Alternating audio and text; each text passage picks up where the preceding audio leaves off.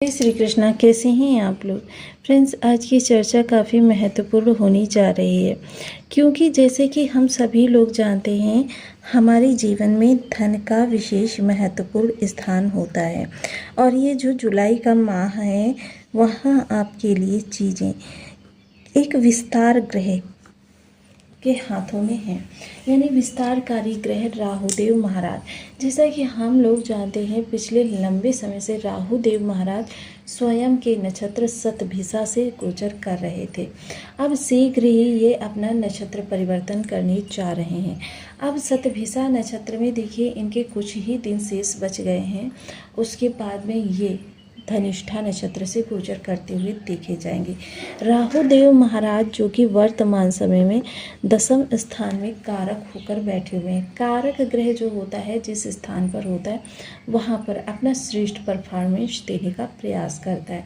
अब ये यहाँ पर कहाँ पर आजीविका के भाव में कारक है, तो जाहिर सी बात है देखिए, क्योंकि ये विस्तारकारी ग्रह हैं और विस्तारकारी ग्रह जो होता है वह चीज़ों को और अधिक बड़ा बनाता है।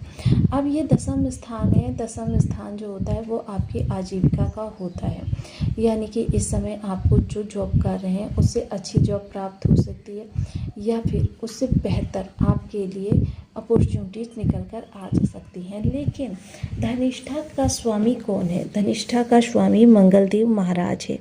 अब मंगलदेव महाराज जो कि सेनापति कहे जाते हैं, सेनापति के प्रभाव में राहु का आना, क्योंकि सेनापति मंगल भी दसम स्थान में कारक हो जाते हैं, क्योंकि दसम स्थान भी कर्म का भाव होता है।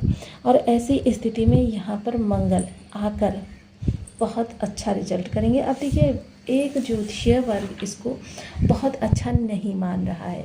उसका कहना है कि जिस तरीके से चीज़ें जो हैं मंगल के प्रभाव में आकर बड़ी हो जाती हैं, यानी कि अग्नि तत्वीय हो जाती हैं, ज्वलंत हो जाती हैं, जैसे कि आपने देखो ना वो कुछ मुद्दे रातों रात ज्वलंत मुद्दे बन जाते हैं, उसी तरीके से कुछ कार्य ऐसे होते हैं जो आपके लिए जब भी आपके सामने आते हैं ज्वलंत तरीके से आते हैं कि उनको या तो तुरंत सही नहीं किया गया तो फिर चीज़ें आपके लिए और अधिक प्रभाव डालती हुई देखी जाएंगी।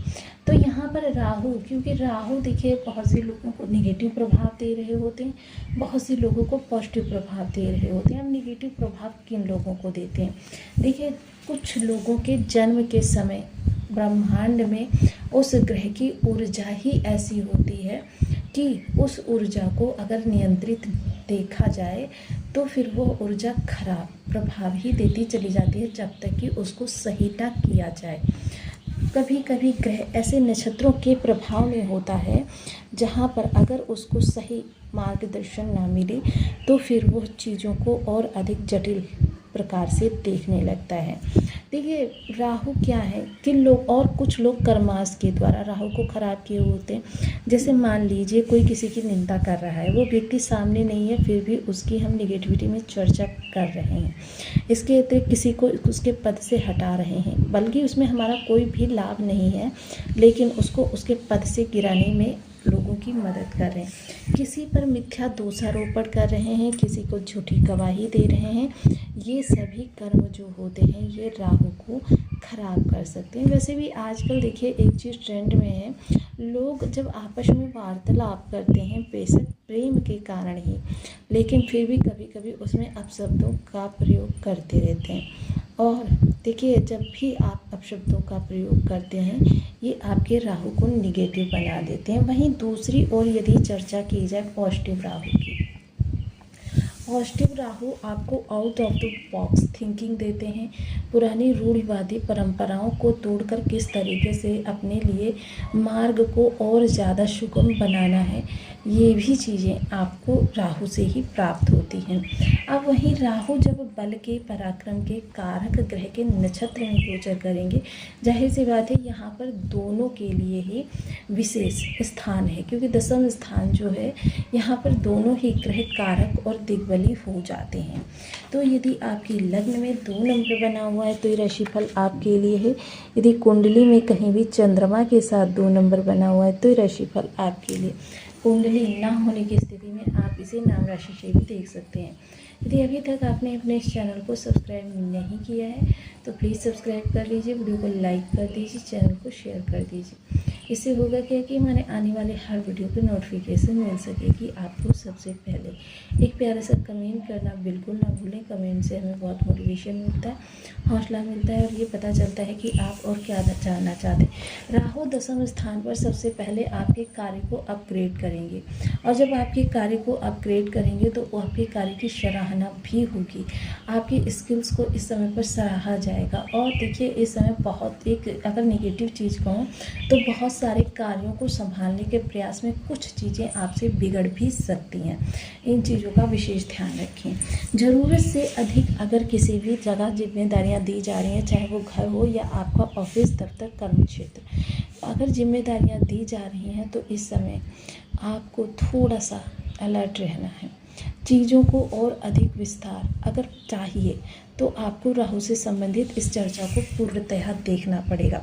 राहु दशम स्थान पर हैं, इस समय आपके स्किल्स को अपग्रेड करेंगे और साथ ही साथ कुछ रणनीतियाँ ऐसी ईजाद करेंगे जिन रणनीतियों को अपनाकर चीज़ों को, अपनी इच्छाओं को, देखिए बहुत ही महत्वपूर्ण ये चर्चा हो रही है। दशम स्थान पर आपको ट्रांसफ़र चाहिए, प्रमोशन चाहिए, क्योंकि राहु क्या है, परिवर्तन है। अब परिवर्तन जब तक इस स्थान पर आएगा नहीं तब तक आपके लिए चीज़ें बहुत अच्छी तो नहीं होंगी, हाँ सामान्य रूप से थोड़ी सी अच्छी हो जाएंगी, या यहाँ पर कोई निगेटिविटी बनी हुई थी वो समाप्त हो जाएगी। अब देखिए राहु की पंचम दृष्टि जो है बुध पर है, जो कि बहुत अच्छी मानी जाती है। अब बुध धन भाव में है तो यदि देखिए आपके लिए चीज़ें बहुत अधिक कॉम्प्लिकेटेड हो रही हैं तो आपको थोड़ा सा धैर्य और थोड़ा सा संयम का विशेष साथ देना चाहिए, क्योंकि देखिए विवेकहीन व्यक्ति कभी भी किसी का हित नहीं कर सकता। वहीं आपका ये जो भाव है तो वाणी चातुर्यपूर्ण तो होगी, लेकिन वाणी बहुत ही ज़्यादा रिस्पेक्टफुल भी होनी चाहिए, क्योंकि इस समय वाणी का जो प्रभाव रहेगा वो लोगों पर चमत्कारिक रूप से प्रभाव डालता हुआ दिखाई देगा। द्वितीय स्थिति जो रहेगी वो आपके खान पान को लेकर रहने वाली है। आपका खान पान देखिए बदलता हुआ दिखाई देगा, किंतु आपके लिए सिंपल और सात्विक भोजन ही श्रेष्ठ है। प्रॉपर्टी संबंधी किसी निपटारे के लिए इस दौरान देखिए आपको बिल्कुल भी इस चीज़ में नहीं पड़ना है कि आपके लिए प्रॉपर्टी संबंधी विवाद जो है बहुत बड़ा तूल ले लें। इससे देखिए चीज़ें जो हैं चारों तरफ से बिगड़ेंगी ही बिगड़ेंगी। इस समय पर आपको थोड़ा सा सप्तम दृष्टि पर भी ध्यान देना चाहिए। यहाँ पर थोड़ा सा माता के स्वास्थ्य में या माता की स्थिति में हर प्रकार से सहूलियतें मिलती हुई दिखाई दे रही हैं। बस आपको ध्यान इस चीज़ का रखना है कि आपको अगर घर में कोई किशोरावस्था के बच्चे हैं तो फिर उनको आपको इस दौरान पूर्णतया अपने विशेष प्रभाव में रखना चाहिए ताकि चीज़ें विस्तारकारी हो सके। भूमि भवन वाहन संबंधी के लिए राहु का ये गोचर काफ़ी सपोर्टिव रहता हुआ देखा जाएगा। भूमि भवन वाहन की यदि आप खरीद फरोख्त कर सकते हैं तो फिर ये बहुत अच्छी बात है। इस समय पर चीज़ें आपके लिए और अधिक प्रभाव देती हुई देखी जा रही हैं। तो यह समय आपके जीवन में एक नई विचारधारा को जन्म देने का भी कहा जा सकता है। नवम दृष्टि जो आपके षष्ठ स्थान पर जा रही है तो देखिए सबसे पहले ये आपको प्रबल शत्रु हंता बना रहे हैं। प्रबल शत्रु हंता मनने का मतलब बहुत ही विशेष होता है कि शत्रु आपके बढ़ते हैं।